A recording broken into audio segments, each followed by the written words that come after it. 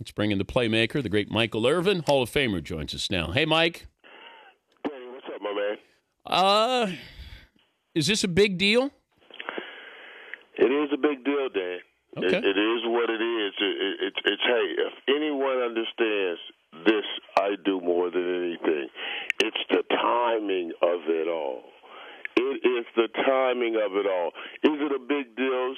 It's pulled out separately of what the NFL has been trying to accomplish these last few years. Then we probably would say no, because this goes on, believe it or not. And this is the part that trips me out. We are absolutely appalled that people are being paid to maim people. I don't know that they're trying to really hurt people. Then, in the locker room, we all do it. We all say, man, let's go, I'm going to lay somebody out today. And I don't think we really understood it to the depths of it. I mean, we called our own head injuries dings. You see what I'm saying? So I think now the knowledge of what's really happening to the brain and all of the things and the hits, what they're doing, I think it adds to this situation a great deal. So it's the wrong timing. Sharper says it's a vendetta, and I brought up the Brett Favre. You know how Favre is. Favre's not going to bitch and moan about anything during a game. But if he says to Sharper during a game, and they're friends, Sharp, what are you trying to do? What's that tell you? Well, I don't know. I mean, I would hope he's saying that to everybody when they're playing. But honestly, man, I line my defense up. Rather, you guys got a side bet or not. Come game time, Dan, I'm talking about we're saying things like, hey, let's go, let's put them out. Let's put them out. You don't mean kill anybody. You don't mean hurt anybody. You're just putting yourself in a place to win football games, and it takes that psychological edge, that edge. It really does. It's a dangerous game. We have to stop acting as if this game is golf or tennis. This is a dangerous, violent game. Yeah, you make money off big hits. Rather, your coach is having some kind of little thing going. I'm not saying it's right. I'm certainly saying it's wrong. Rather, he has something going, or you're looking for a new contract. The idea, if I'm a defensive player, I want a new contract, I'm getting it by making big hits. That's the nature of Yeah, but there's a difference. I don't believe in bounties. I don't believe Did in the that. Cowboys have bounties? The nature of the game. Michael, did the Cowboys have bounties when you played? We didn't have any bounties with coaches or anything, but do we look at one another and say, man, come on, man, let's go lay their butts out? Yes, we did. But did you have money? Was there money attached to it? No, I didn't. I don't know. We gamble money. We don't throw out bounties. You knock him out, you get $1,000. You knock him out, you get $2,000. Well, we never did any of that stuff. But I tell you what, we sure did a lot of that. Man, you better get on his butt, man. Do what you got to do. Let's go. You lay their butts out. Let's hit. Let's do all of that stuff we did. But, hey, I was making enough money from Jerry Jones. I didn't need you to put anything on the side. Did the Eagles have a bounty out for you? Well, you got to talk to the guys. No, did you think so? Did you think so? Did I think they wanted to take me out?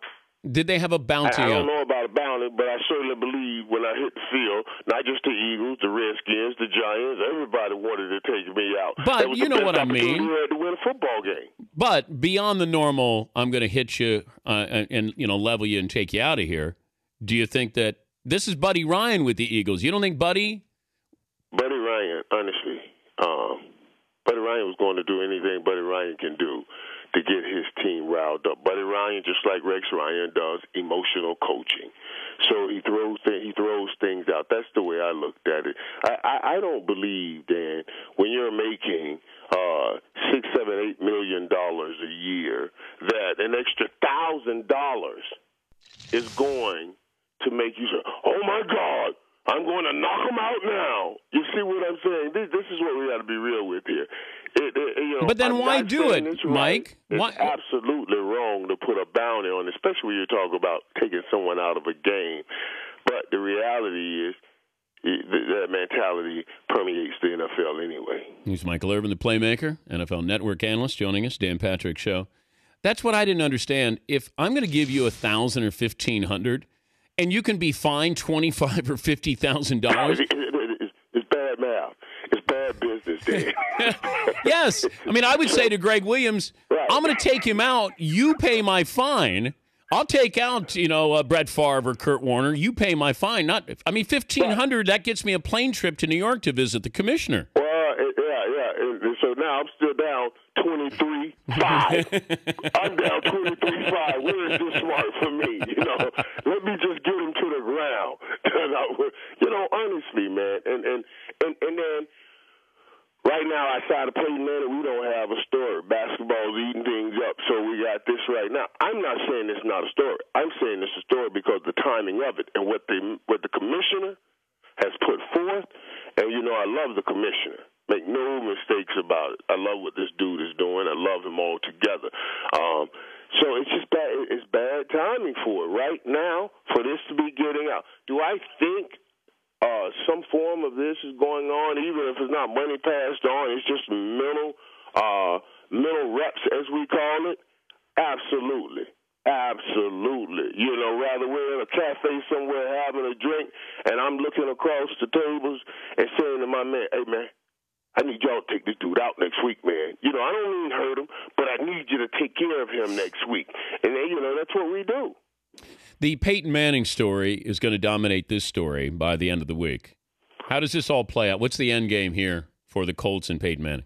Man, listen, all I know, DP, I was like everybody else.